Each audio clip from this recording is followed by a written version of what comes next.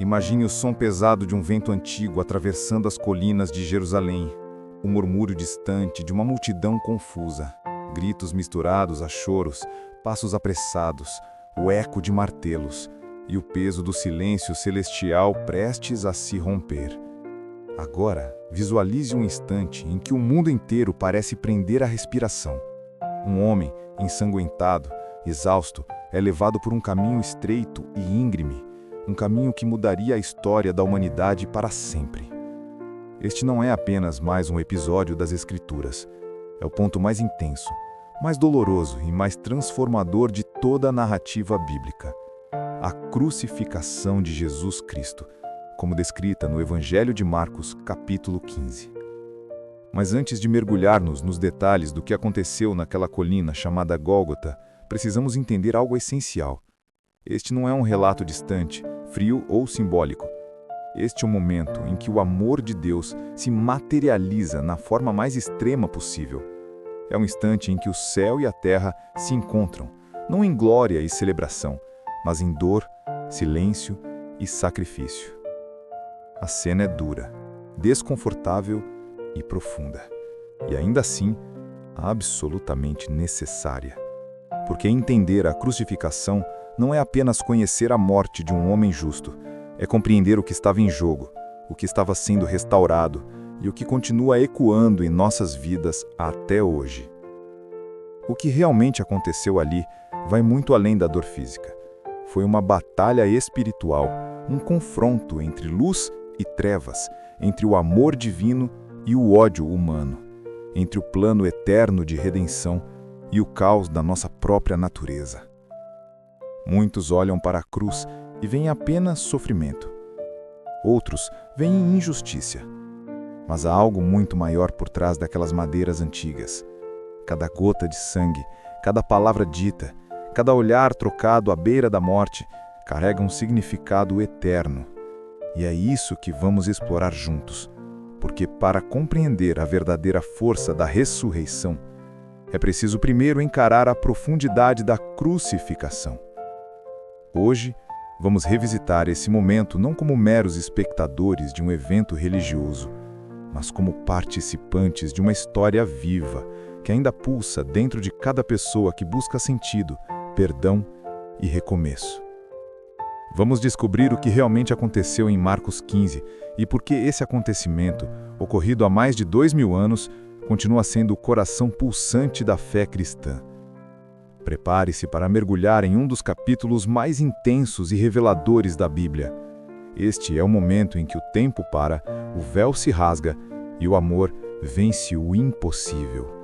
Porque compreender a cruz é compreender o porquê da esperança, o porquê da fé e o porquê de tudo o que ainda acreditamos. Este vídeo não é apenas uma análise bíblica, é um convite à reflexão, à emoção e à transformação.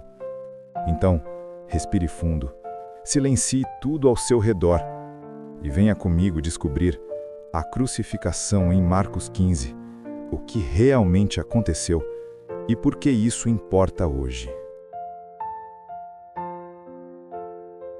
O amanhecer em Jerusalém não trazia luz, mas tensão.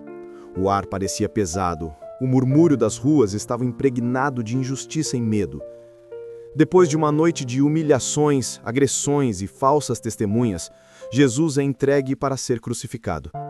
O Filho de Deus, aquele que curou enfermos, libertou oprimidos e anunciou o reino com autoridade e compaixão, agora está diante de Pilatos, um governador romano dividido entre a consciência e o medo político.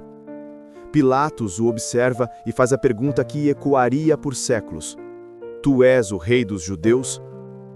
Jesus, sereno, responde apenas: Tu o dizes. Nenhuma defesa, nenhum argumento. Apenas o silêncio de quem sabe que o plano divino está em andamento. Os principais sacerdotes incitam a multidão. Homens que viram milagres agora gritam em coro: Crucifica-o! Crucifica-o!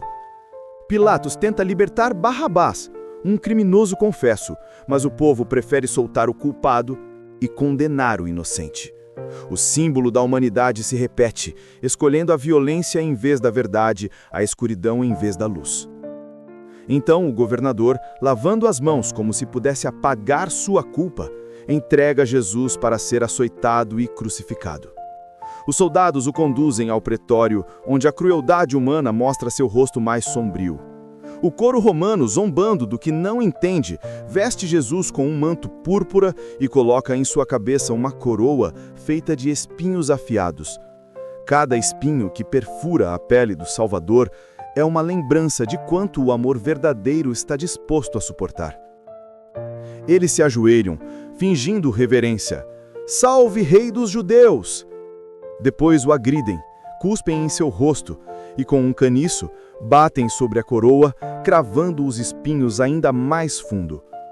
O sangue escorre, mas ele não responde com ódio. Sua realeza não se prova com poder terreno, mas com a entrega total. Quando terminam de zombar, arrancam dele o manto e o vestem novamente com suas roupas. Então o levam para fora, rumo ao lugar chamado Gólgota, lugar da caveira. Mas Jesus, enfraquecido, cambaleia sob o peso da cruz. Cada passo é uma sentença, cada queda é um lembrete da fragilidade humana que ele decidiu carregar. No caminho, os soldados obrigam um homem chamado Simão de Cirene a ajudar. Ele vinha do campo, sem imaginar que aquele momento marcaria sua vida para sempre. Simão carrega a cruz de Cristo e ali se cumpre algo profundo, o símbolo da humanidade dividindo o peso do sacrifício divino. As ruas de Jerusalém estão cheias. Homens observam com indiferença, mulheres choram, crianças olham sem entender.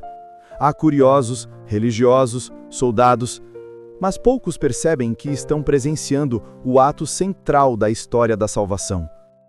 A caminhada é lenta. As pedras da via se mancham com sangue, o som dos passos, misturados aos gemidos, formam um silêncio cortante. E no meio da multidão, há olhares que se encontram. O de uma mãe que assiste seu filho condenado, o de um discípulo escondido, e o do próprio Jesus, que mesmo exausto, carrega em si uma determinação que o mundo jamais compreenderá. Porque ele não está indo à cruz como vítima de um império, mas como um rei que escolhe entregar sua vida por amor. Cada passo no caminho do Gólgota é uma declaração silenciosa: eu vim para salvar. A cruz, pesada e cruel, representa tudo o que há de errado com o mundo: a injustiça, a maldade, o egoísmo, a dor. Mas nas mãos de Jesus, ela se transforma no que há de mais certo, o instrumento da redenção. Chegando ao alto da colina, o corpo de Jesus já está debilitado, coberto de feridas abertas. Mesmo assim, há em seu olhar algo que desafia o desespero: compaixão. Ele olha para os soldados, para os religiosos, para os curiosos. E por todos eles, por todos nós, ele continua caminhando, sem desistir. A humanidade esperava um Messias guerreiro, alguém que libertasse Israel pela espada. Mas o verdadeiro Messias escolheria vencer pela entrega.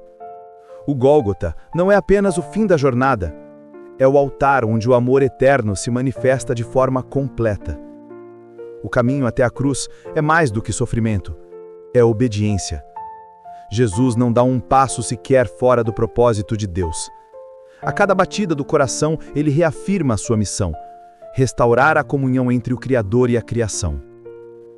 Enquanto o sol se ergue sobre Jerusalém, poucos percebem que algo cósmico está acontecendo. Aquele homem ferido, tropeçando sobre o peso da cruz, é o mesmo que sustenta o universo. Aquele que parece derrotado está, na verdade, prestes a conquistar a vitória definitiva sobre o pecado e a morte. O caminho até o Gólgota é o retrato da humildade em sua forma mais pura. Um Deus que se faz homem, um homem que se faz servo. Um servo que se entrega por amor. É um paradoxo divino, o Todo-Poderoso caminhando como um condenado. E quando finalmente chega ao topo da montanha, o silêncio toma conta. O mundo observa, o céu se prepara, e a história da humanidade se curva diante do maior ato de amor já realizado. Porque antes da cruz ser erguida, ela já estava no coração de Deus. O monte chamado Gólgota se ergue diante da multidão como um lembrete frio da condenação. O lugar da caveira não tem beleza, nem misericórdia, apenas pedras secas e o eco constante de gritos e lágrimas. É ali, naquele solo manchado por tantas mortes, que o Filho de Deus será pendurado. Os soldados romanos, acostumados à brutalidade, seguem o procedimento com indiferença. Para eles, é apenas mais um dia de execução. Mas o que está prestes a acontecer ultrapassa tudo que o mundo já viu. Jesus é deitado sobre a madeira. O sol castiga, o ar é pesado, e o murmúrio da multidão mistura curiosidade e crueldade. A mão de um soldado segura o braço de Jesus, outro posiciona o prego frio de ferro contra sua pele. O som do martelo rasga o silêncio, um golpe seco, metálico, cortando o ar e o coração dos que assistem. Um segundo golpe, depois o terceiro. O corpo de Jesus estremece, mas ele não profere maldição. Nenhuma palavra de ódio, nenhum grito de revolta. Apenas o som da respiração curta, da dor suportada em silêncio. Os pregos atravessam as mãos que antes haviam curado os enfermos. Os pés que caminharam sobre as águas agora são fixados em madeira. O mesmo corpo que abraçou crianças e lavou os pés dos discípulos, agora é levantado entre o céu e a terra. A cruz é erguida. O corpo de Jesus balança com o impacto ao ser encaixado no buraco escavado no chão. A multidão se agita, alguns zombam, outros observam em silêncio, e poucos choram. Acima de sua cabeça, colocam uma inscrição escrita em 3 línguas. Jesus Nazareno, Rei dos Judeus. Os líderes religiosos, ironicamente, se escandalizam com o título. Querem que seja alterado para Ele dizia ser o Rei dos Judeus. Mas Pilatos, talvez movido por um pressentimento que não entende, responde: O que escrevi, escrevi. E lá está ele, o verdadeiro rei, coroado de espinhos, entronizado não em ouro, mas em dor. O trono é uma cruz, e o cetro é um prego. Ao redor, 2 criminosos também são crucificados, uma à direita e outro à esquerda. A profecia se cumpre. Ele foi contado entre os transgressores. Um deles o insulta, preso à amargura do próprio sofrimento. O outro, mesmo agonizando, reconhece a santidade diante de si. Senhor, lembra-te de mim quando entrares no teu reino. E Jesus, entre a dor e a misericórdia, responde com ternura: Em verdade te digo, hoje estarás comigo no paraíso. Mesmo no auge da dor, o amor ainda fala mais alto. Os chefes dos sacerdotes zombam. Salvou os outros, mas a si mesmo não pode salvar. Eles não percebem que a frase é verdadeira, mas de um modo completamente diferente do que imaginam. Ele não pode salvar a si mesmo, justamente porque está salvando os outros. As horas passam. O calor é sufocante. O sangue escorre pelas feridas abertas, o corpo pesa, e a cada respiração há uma luta entre o instinto e a rendição. Os que passam balançam a cabeça e o insultam. Desce da cruz se és o Filho de Deus. Mas ele não desce, porque o amor o mantém onde os pregos jamais poderiam. Ao meio-dia, o impossível acontece. O sol se apaga, uma escuridão sobrenatural cobre toda a terra. É como se o próprio céu chorasse. O silêncio toma conta, um silêncio pesado, quase palpável. Nem os soldados ousam zombar agora. Há algo sagrado naquele momento, algo que até os corações mais duros conseguem sentir. Durante 3 horas, o mundo mergulha nas trevas. O templo em Jerusalém está distante, mas algo invisível começa a mover. Então, por volta das 3 da tarde, uma voz corta o silêncio. Não uma voz de desespero, mas de entrega. Eloi, Eloi, lama sabachthani. Deus meu, por que me desamparaste? É o clamor mais profundo da história. O filho sente por um breve instante a distância do pai, o peso de todos os pecados, a separação espiritual que jamais havia experimentado. Aquele que nunca conheceu o pecado, agora o carrega por inteiro. Alguns pensam que ele chama por Elias. Um soldado corre, mergulha uma esponja em vinagre e a coloca na ponta de um caniço, oferecendo-lhe beber. Outros dizem: deixem, vejamos se Elias vem salvá-lo. Mas ninguém entende o que realmente está acontecendo. Jesus respira fundo, olha para o céu escurecido e, com uma força que desafia a morte, pronuncia as palavras que selam o destino da humanidade. Está consumado. O tempo parece parar. A terra treme, as rochas se partem. E em Jerusalém, o véu do templo, aquele que separava o lugar santo dos santos, se rasga de cima a baixo. Não de baixo para cima como se fosse feito por mãos humanas, mas de cima para baixo, como se o próprio Deus o tivesse rasgado, abrindo o caminho para a reconciliação eterna. Naquela cruz, o impossível se torna realidade. O sacrifício perfeito é oferecido. A justiça e a misericórdia se encontram. A ira e o amor se abraçam. Os soldados, testemunhas do que nenhum homem havia visto, olham espantados.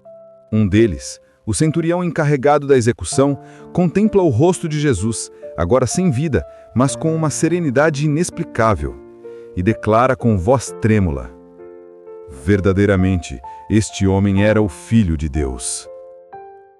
Naquele instante, mesmo os corações endurecidos percebem que algo maior que Roma, maior que os sacerdotes, maior que a morte aconteceu ali. A cruz, instrumento de vergonha, se torna o maior símbolo de vitória. O madeiro da maldição se transforma na árvore da vida. Aquele que foi pendurado entre pecadores, agora reina sobre todos eles. E enquanto o vento sopra sobre o Gólgota, levando consigo o som dos últimos suspiros, o céu parece preparar o próximo capítulo, o início da esperança que jamais morrerá. O vento sopra mais forte sobre o Gólgota. O silêncio que segue a última palavra de Jesus é quase insuportável. A natureza parece compreender o que o coração humano ainda não entendeu. Algo cósmico acabou de acontecer. O Filho de Deus, aquele que curou, perdoou e ressuscitou mortos, agora está imóvel, crucificado entre dois criminosos. O som do trovão ao longe anuncia que o céu e a terra sentiram o impacto do sacrifício. A morte de Jesus não é um acidente trágico, é uma decisão divina. É o cumprimento de uma promessa feita desde o Éden, quando Deus declarou que o descendente da mulher pisaria a cabeça da serpente. Agora essa profecia ganha forma, não com glória aparente, mas com dor redentora. Aquele que parecia derrotado acaba de vencer a batalha mais importante da história. Em Jerusalém, o véu do templo continua rasgado, símbolo visível de que a separação entre Deus e o homem chegou ao fim. Nenhum sacerdote precisará mais intermediar a comunhão. O acesso ao Santo dos Santos está aberto. O preço foi pago, o caminho foi feito e o amor triunfou. Os soldados observam o corpo de Jesus com um misto de cansaço e assombro. O centurião ainda repete em voz baixa: verdadeiramente, este homem era o Filho de Deus. Ele não compreende completamente o que diz, mas suas palavras ecoam como uma confissão que atravessará os séculos. O império que pregou Jesus à cruz, sem saber, acaba de testemunhar a glória do reino que jamais terá fim. Entre a multidão dispersa, algumas mulheres permanecem. Enquanto muitos discípulos fugiram, elas ficaram. Maria Madalena, Maria, mãe de Tiago e Salomé, observam à distância. Seus olhos estão marejados, mas há algo mais que dor neles: a reverência. Elas sabem que estão diante do maior ato de amor já visto. Nenhuma força humana poderia mantê-las afastadas. Elas viram o Messias morrer, mas dentro delas arde uma esperança silenciosa, inexplicável. O corpo de Jesus, agora frio e sem vida, permanece na cruz. Os soldados precisam garantir que a execução está completa. Um deles perfura o lado do Salvador com uma lança. Sangue e água escorrem. o último testemunho físico de que o sacrifício é total. Até o último respiro foi oferecido. Nada ficou retido. O entardecer se aproxima, e com ele, o início do sábado judaico. É preciso agir rapidamente, pois a lei exige que os corpos não permaneçam expostos durante o descanso sagrado. Então surge uma figura inesperada, José de Arimateia, um homem rico, membro respeitado do Sinédrio, mas que secretamente acreditava em Jesus. Tomado de coragem, ele vai até Pilatos e pede o corpo do mestre. Pilatos, surpreso, pergunta se Jesus já havia morrido.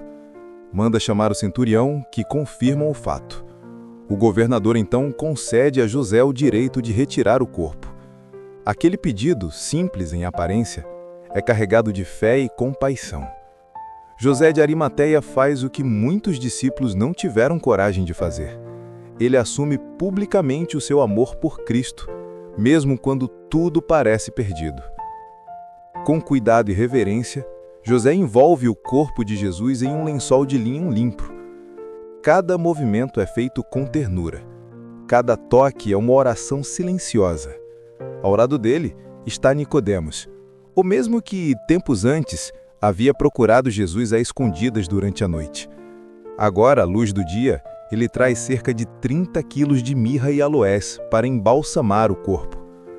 O perfume das especiarias se mistura ao sangue seco, criando um contraste agridoce entre morte e santidade.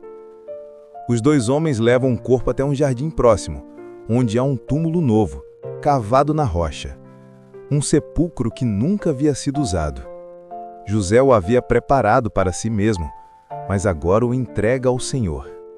É como se, naquele gesto, dissesse: minha vida, meu descanso, meu futuro, tudo é teu. Com esforço, colocam o corpo de Jesus dentro do túmulo. A pedra é grande, pesada. Eles a rolam até a entrada, fechando o local. O som da pedra raspando contra a rocha ecoa como o último selo da morte. O silêncio volta, denso, profundo, mas algo no ar indica que não é o fim. As mulheres observam atentamente o local. Elas querem saber onde o corpo foi colocado, para que possam voltar depois. Não há gritos, não há alarde, apenas a dor serena de quem ama em meio à perda. Maria Madalena permanece por um instante a mais, olhando para o túmulo. Há tristes, mas também fé. Algo dentro dela sussurra que aquele silêncio não será eterno. E então, a noite cai sobre Jerusalém. O mundo parece envolto em luto. O Filho de Deus está morto. Os anjos se calam, os céus se escurecem e a terra aguarda. Mas o plano divino ainda não terminou. A cruz cumpriu seu papel. Agora o túmulo será o palco do impossível. A morte que o mundo viu como derrota é, na verdade, um nascimento da vida eterna. A cruz não é o fim, é a semente da ressurreição. Porque quando Jesus expirou, ele não apenas entregou o Espírito, ele entregou a vitória. O sangue que escorreu naquele dia não foi derramado em vão. Ele alcança o passado, o presente e o futuro. Alcança o justo e o pecador, o fraco e o forte, o religioso e o perdido. Naquele momento, o amor de Deus se espalhou pela história e nunca mais pôde ser contido. E enquanto o corpo de Jesus repousa na escuridão da tumba, o céu prepara o amanhecer de um novo dia. Um dia em que a morte será vencida, o medo dissipado e a esperança ressuscitada. A crucificação não termina com a cruz, ela termina com a vida. O tempo passou. Séculos se foram. Impérios se ergueram e caíram. Novas civilizações surgiram e a humanidade se reinventou inúmeras vezes.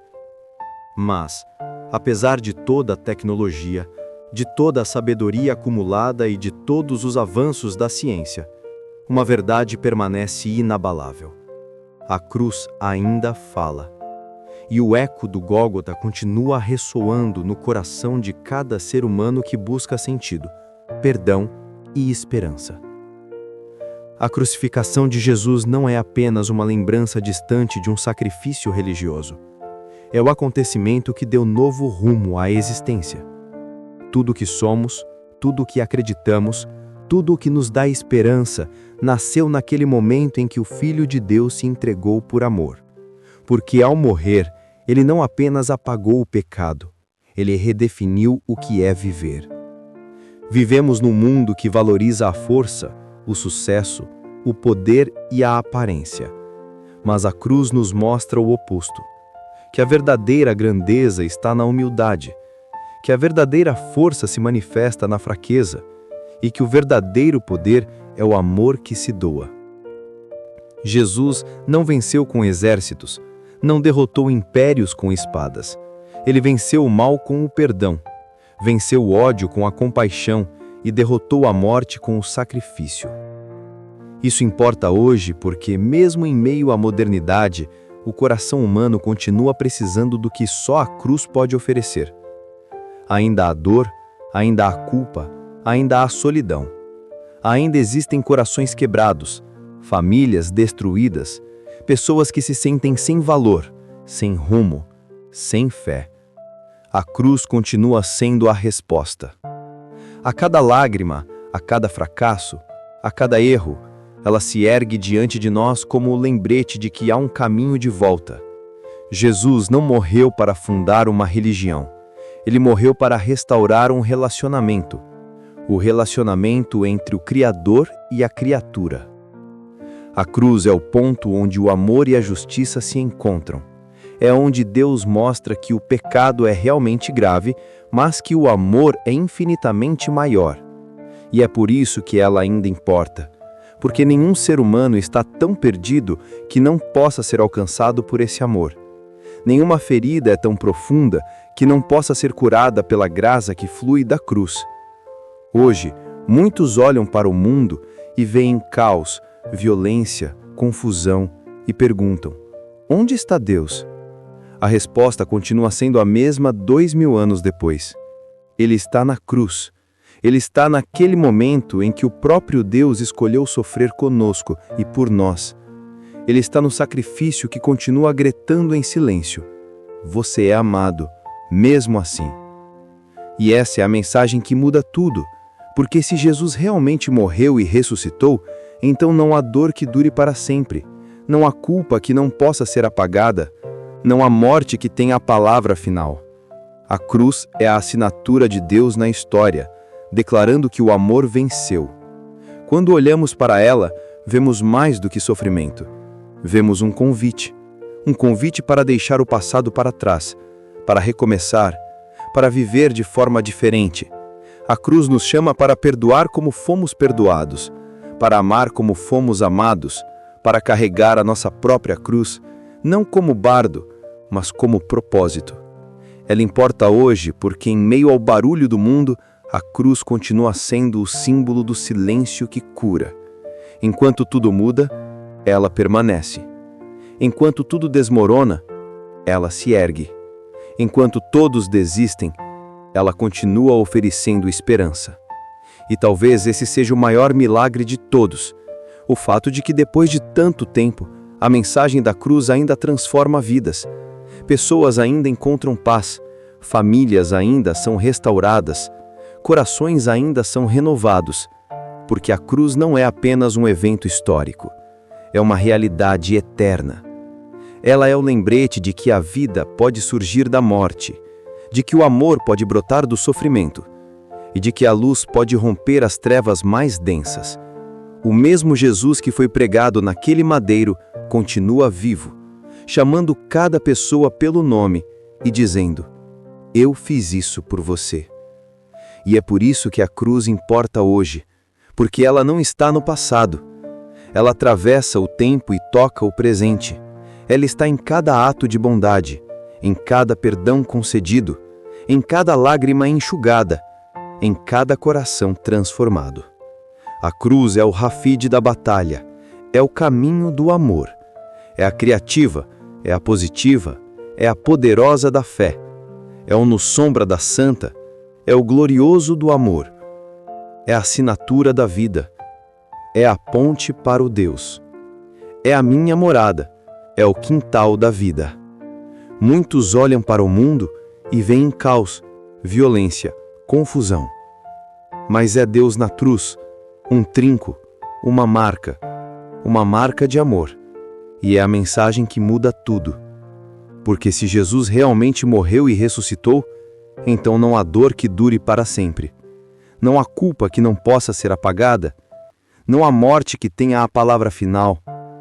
A cruz é a assinatura de Deus na história, declarando que o amor venceu. E cada vez que você olhar para uma cruz, lembre-se, ela não representa a derrota, mas vitória. Não representa sofrimento, mas redenção. É o lembrete de que você é amado, mesmo que não entenda, mesmo que erre, mesmo que caia. Porque a cruz é o coração de Deus aberto para o mundo. E esse coração ainda bate por você.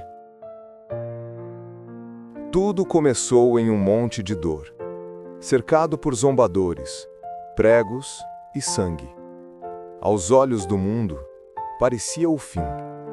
Um homem justo, pendurado entre criminosos, abandonado por quase todos.